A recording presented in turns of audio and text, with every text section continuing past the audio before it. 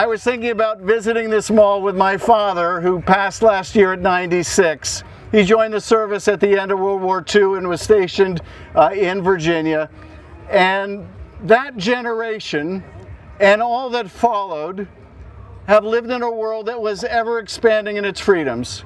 We saw new democracies being born. We saw walls coming down. We saw our freedoms expand. We saw our ability to associate with whom we would, to speak our piece, to love who we would love. And we thought that somehow this democratization was inevitable. It was inexorable. It was like Martin Luther King's moral arc of the universe, always bending towards justice. Until suddenly, we found it not bending towards justice. That this incredible legacy of ours, our democracy, is not inevitable. It is not inexorable. It is not like gravity. We have to defend it. We have to come together and defend it.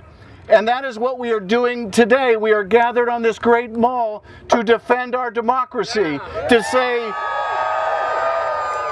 say hell no to kings. And I thank you for being here, because it is a million acts of patriotism that we're seeing all over the country today, of courage, of speaking out, that are going to save this country. Thank you so much, everyone. Thank you so much. Bring in Democratic Congresswoman Gwen Moore, member of the House Ways and Means Committee. Congresswoman, always good to see you. It's great being with you guys. So let's talk about this government shutdown. Democrats have historically backed continuing resolutions to keep the government open. So why not urge your Senate colleagues to do the same here? Well, I think that the only thing that members of Congress as individuals have, whether you're Democrat or Republican, is your vote. To be able to voice your concerns. And during this 119th Congress, as a Democrat, I've been totally, completely shut out as an individual member and as a member of a Democratic caucus. And we have asked the president and the four corners of the Senate and House to come together to try to come to some sort of compromise on the $1 trillion that they cut out of Medicaid. And of course, the ACA, also known as Obamacare, premiums, credits, those notices for premium increases are going up November 1. And to that, on the subsidies, Senator Thune this past week said he would promise a vote in the Senate if Democrats agreed to reopen the government. We just had Congressman Stile on. He wouldn't guarantee the same in the House, but he said he's definitely open to that conversation. Why not take Republicans up on that offer? Excuse me. I had to just take a sip of water to keep from choking on their word. Representative Johnson, the Speaker of the House, has already said that he is going to do another rescissions package. You know, they have cut monies for healthcare funding, research, NIH funding, for Sesame Street public broadcasting. They've destroyed the State Department, and they have promised that it's just as soon as we pass this continuing resolution, they're going to put through yet another rescissions package, which of course will not require 60 votes in the Senate, will not be subject to the filibuster. And so this is just, what do you call it, a three-card Monte game. Their word, we need it on paper. State officials have told us that food share benefits will run out in November, possibly impacting some 700,000 Wisconsinites. How long do you think Democrats are prepared to stand firm in this? Well, I can tell you that is going to have a draconian impact on Wisconsinites in particular. 700,000 people rely on SNAP. And of course, SNAP is only a supplement, $2 per meal. Per person. It's a supplement. With all those real life impacts, so we're talking about how long Democrats will stand firm in their opposition of opening up the government, faced with those real life consequences. I just dispute your characterization of it. When will Democrats decide to open it up? I think that Republicans have deliberately placed the things that we care most about, health care, food share, at the center of this debate, because they are determined.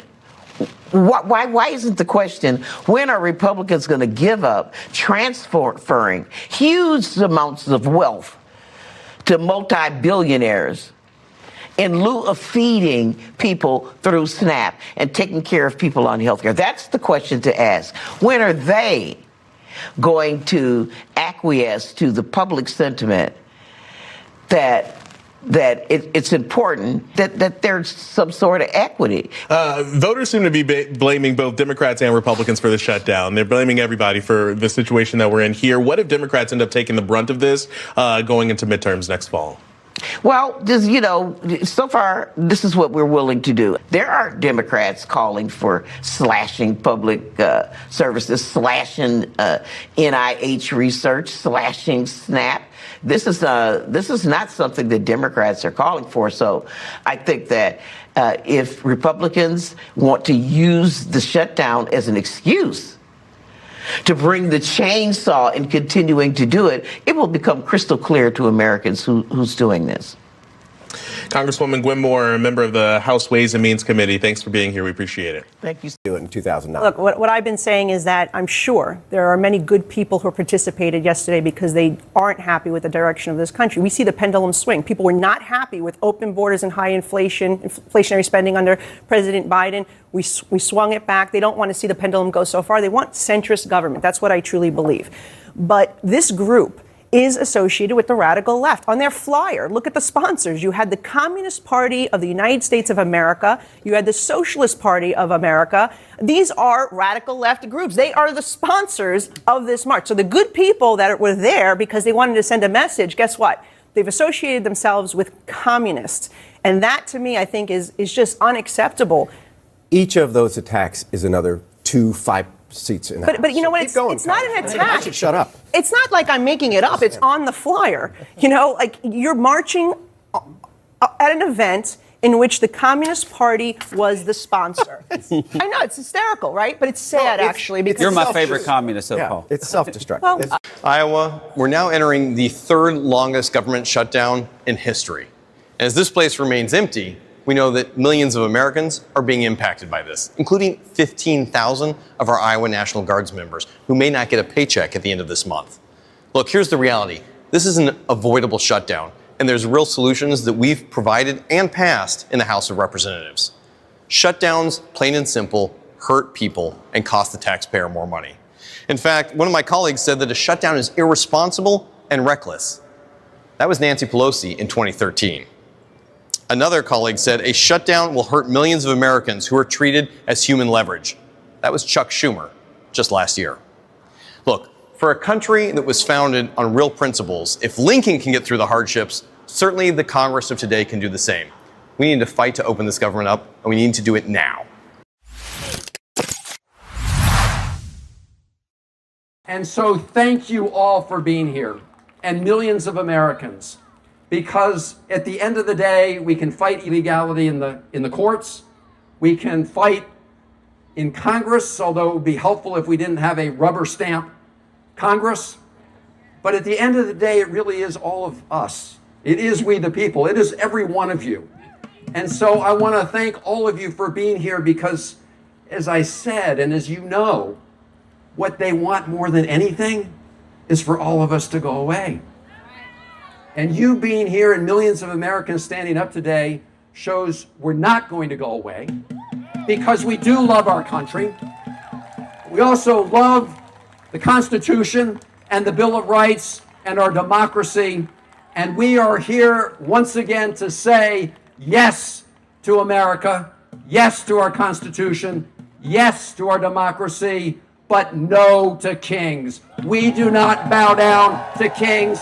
Thank you all for being here. You give me great encouragement that we will prevail in this moment of peril. Thank you all. I mean, this is the first time in history that there's ever been a shutdown over a CR. I mean, stop and think about that. A CR is simply a continuing resolution of status quo.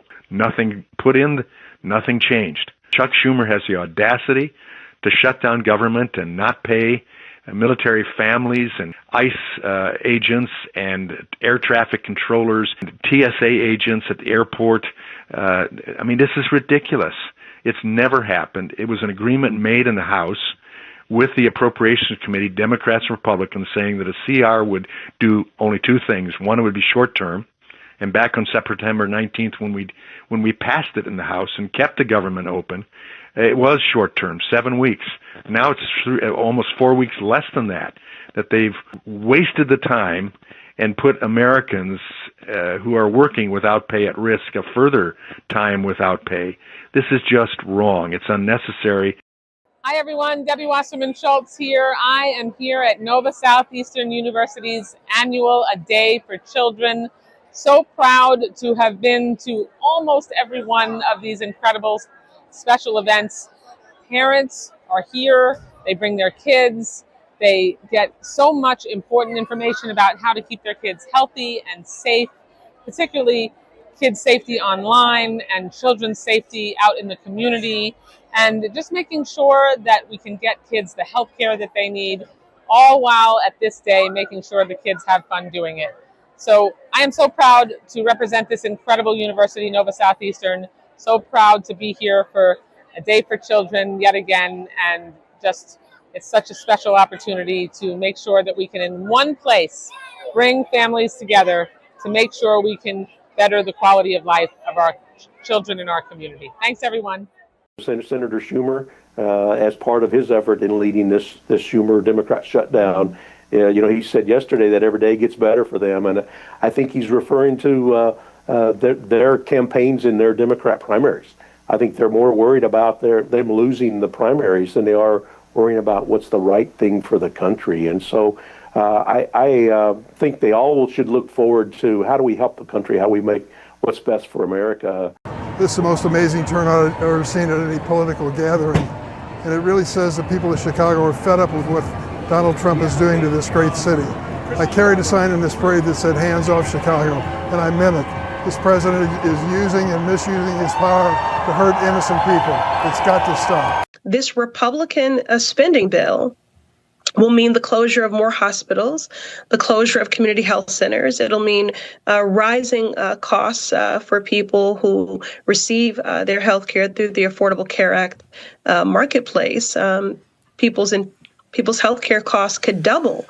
And that means that people will be making impossible and impossibly cruel choices between groceries, life-saving medication, and rent. So people are either going to get kicked off of their health care, or their health care costs are going to go through the roof. And both are unforgivable and 100% preventable. So it's just another shell game from them to distract and to deflect from the fact that they govern in chaos and they legislate with cruelty, and they are not accountable to the people who sent them to Washington. They are abdicating their responsibility to their constituents, and they're turning over all of their power, all because of this politics of Trump, of grievance and retribution, has these folks shaking in their boots, and they would much rather keep a job and not be in the sideline and collateral damage of Donald Trump than do the job they were sent to do. They're tired to be outside performing burial every day, and they expect us to silence. Now is an order. Nigerian government came out openly and denied there is no massacre, there is no genocide of Christians in Nigeria, and look at it today. Is there any Muslim? United Nations, I know you're watching me. American Senate, you are watching what I'm doing, I'm saying here. Special advisor to Trump. Now, please tell Trump to save our life in Nigeria. They are killing Christians in Nigeria, massacre Christians. If they say they kill Muslims, Muslims are being killed. By who? By Muslims. The vast majority of the people complaining about what's been happening in Gaza are silent about what's been happening in Nigeria. Radical Islam is slaughtering people in northern Nigeria and severely damaging the northern part of the country. 350,000 people dead, over 3 million displaced, and around 50% of the economy slashed. If we're going to put a bunch of attention on civilians dying as a result of collateral damage from a war their side started, we need to be putting attention on civilians being targeted because they're not wanting to be a part of a radical Islamist group. They are slaughtering civilians purposefully, and many in the West are just quiet. We need to be bringing more attention to this. And yes, let's make sure the White House is aware and see if there's a way that we can help this situation. There's been progress made, but again, we do not want radical Islam spreading. We want to snuff it out. So I'd like the administration to look into this and see if there are ways we can help. Again, all that energy all you people had about Gaza, let's have that energy towards these people who are being slaughtered in Africa.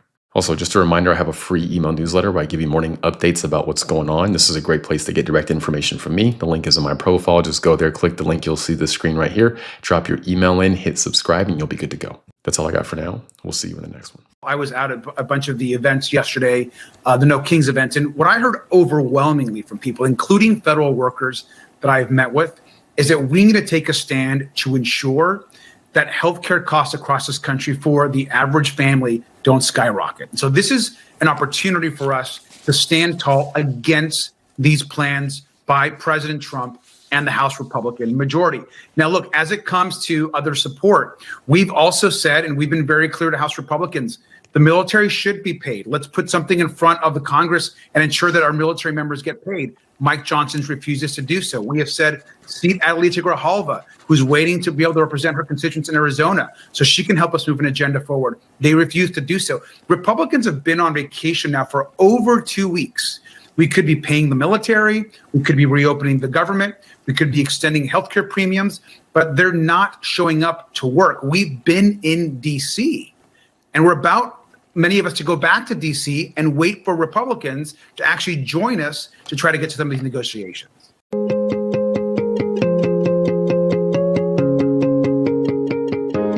Welcome to No King's Day, Chicago style, with a few 10,000s of our closest friends. 250 years ago, our country threw off the yoke of a king. Well, we've got more work to do. The president is using fear to divide us. Well, you see, that fear's not working. The best effort against that is unity and working together. Here's another tip for you. A lot of our friends in the Latino business community are hurting. Go down to a little village, go down to Pilsen, shop there, go have a nice meal, support each other at this difficult time. We'll get through it together.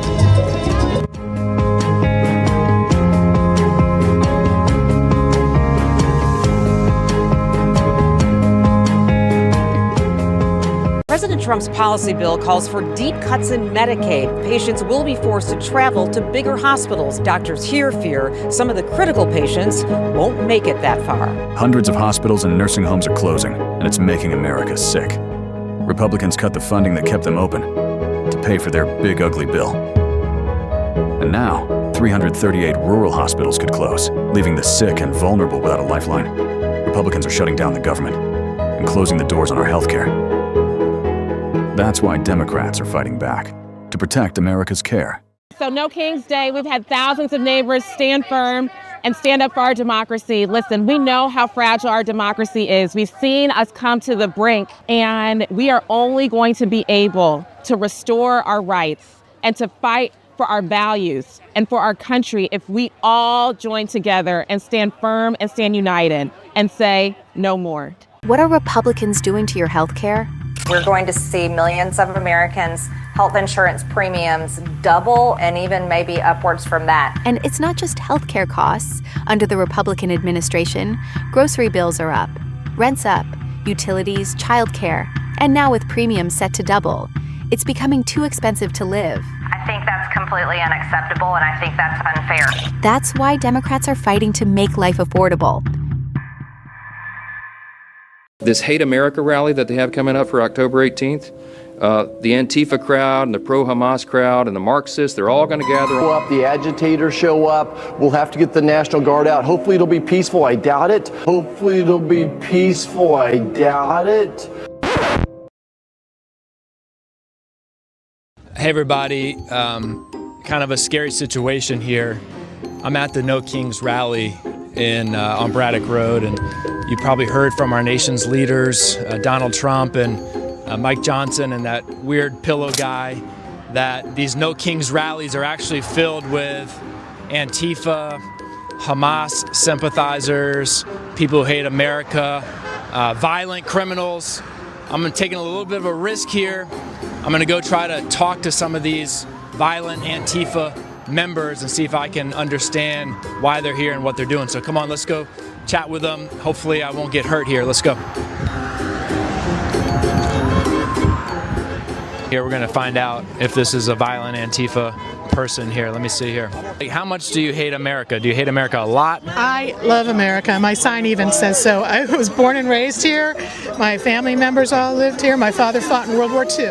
I'm just trying to understand this because Donald Trump and Mike Johnson said that these No Kings rallies were going to be filled with violent people who hate America.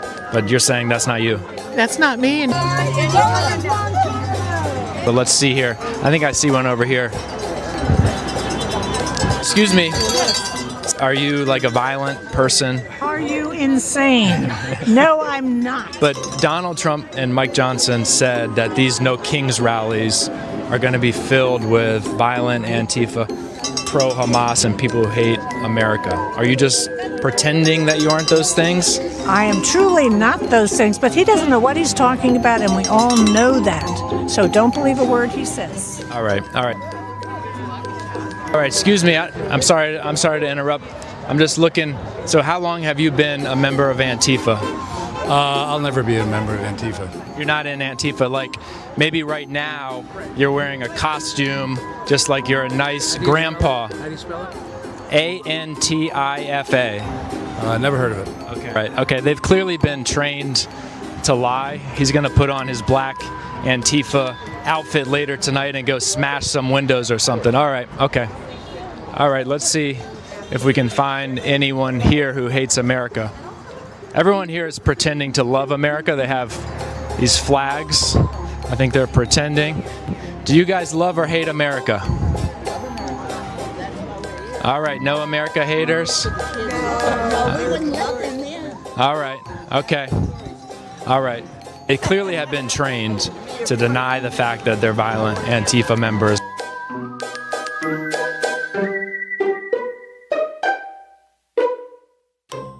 The only way these shutdowns get resolved is when people come to the table and talk. And that's kind of difficult when Mike Johnson has told his caucus not to be around. They should be here in D.C. having conversations, interacting. That will lead to a place of agreement. But as long as he keeps people away, they're never going to come to the table to have a discussion of what should be done. Even if their position is still no, it's still better to have them here.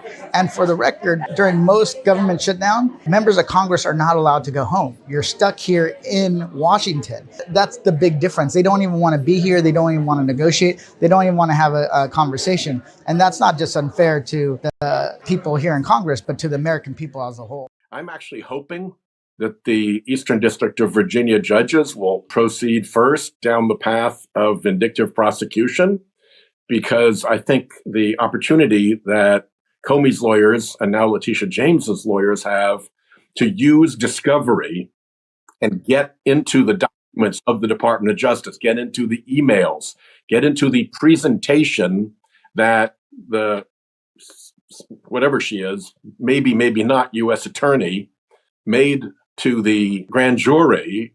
They're headed for a long nightmare in the Eastern District of Virginia at the hands of the lawyers for these arguably vindictively charged significant public officials. It's out in the open what Trump does. His vindictive prosecution. He posts it. Pam, they're guilty as hell, and then he names. Go after him. Right. Go after him. Justice must be served. You have to do it. I mean, well, yeah, but he's immune. Who's not immune is Pam Bondi. Who's not immune is Todd Blanche. Who's not immune is all of the lawyers in between. Who's not immune is the Halligan, this intermediate, whatever she is, U.S. attorney. Right. So there's a lot at risk for everybody between these defendants and Donald Trump. And frankly, it's going to look pretty ugly for Donald Trump the more the details of what took place come out. You end up with a pretty wonderful ball of yarn with an awful lot of people tangled up in it. You know, what a tangled web we weave when first we practice to deceive. A very real feeling among a lot of people that the federal government isn't doing things that help the average American. And to me, certainly in this state, we have a crisis around people getting into the middle class. People can't achieve what their parents achieved, and they're pissed, and they feel shame about that, and they don't feel like their government is helping them. You add to that a real feeling that both sides of the aisle, and trust me, it is not a partisan feeling, people feel that both sides of the aisle use their positions to enrich themselves, right? To literally, whether it's stock trading while you're in office, you know, you got a lot of our peers got the COVID briefs we all got, and then made a bunch of trades in March of 2020, right after hearing those, both sides of the aisle. That just chafes people. That just bothers people. And so I think that there's a number of things that people feel that are hurting the overall reputation. So for me, it would start with a whole bunch of like cleanup corruption laws that should be bipartisan, right? I'm the co-sponsor of like no tax trades for members of Congress. This is what democracy looks like. This is what democracy looks like. This is what democracy looks like. This is what democracy looks like. Hi, everyone. It's your Congresswoman, Emilia Sykes, here answering your questions about the government shutdown. This question comes from Justin. He's from Plain Township, and he wants to know how the government shutdown will impact public safety, especially funding for its first responders. So, great question, because I literally just left a breakfast for first responders in Canton this morning. And I heard directly from them that they are experiencing some issues with drawing down funds from grants that they are going to receive. So we are working with them because on the other end of the spectrum, the DOJ or FEMA, their employees are furloughed, so they can't get the money, but it's there for them. So until someone can come back to work and the shutdown is over, they won't be able to get that grant funding. However, they are still responding to calls. They are still going to be there to help. They're still here at their service. Additionally, at the federal level, ATF, FBI, all those folks, they are still working as well.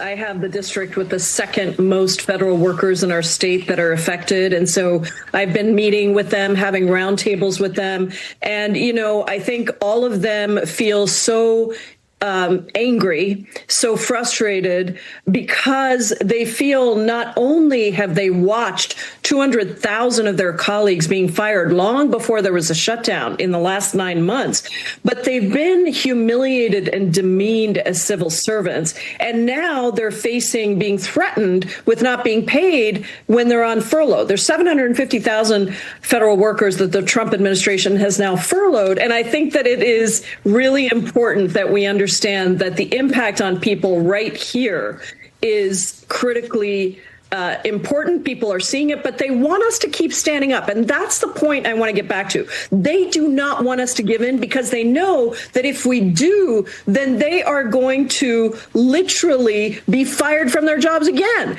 that this is not going to stop, that they're not going to be able to afford their health care. And so I think that's what I'm hearing from people here. Maria Greeley is a U.S. citizen. She had her passport with her, and she was still handcuffed and accused of having fake documents because of how she looks. Think about that. Because she's Latina, federal agents accused her of lying. They said that she doesn't look like a Greeley. That's not law enforcement. It's intimidation, it's racial profiling, and we have to call it out. This is exactly why the Supreme Court's order enabling racial profiling is so dangerous and unacceptable. Donald Trump and Stephen Miller are out of control, and this administration must be held accountable. Blessed, now these hoes on my dick cause I'm fly like a jet. They gon' be surprised when they see I made this beat, baby Chief and Kanye West. As long as the hoe outside with the zoo shit never see home. 26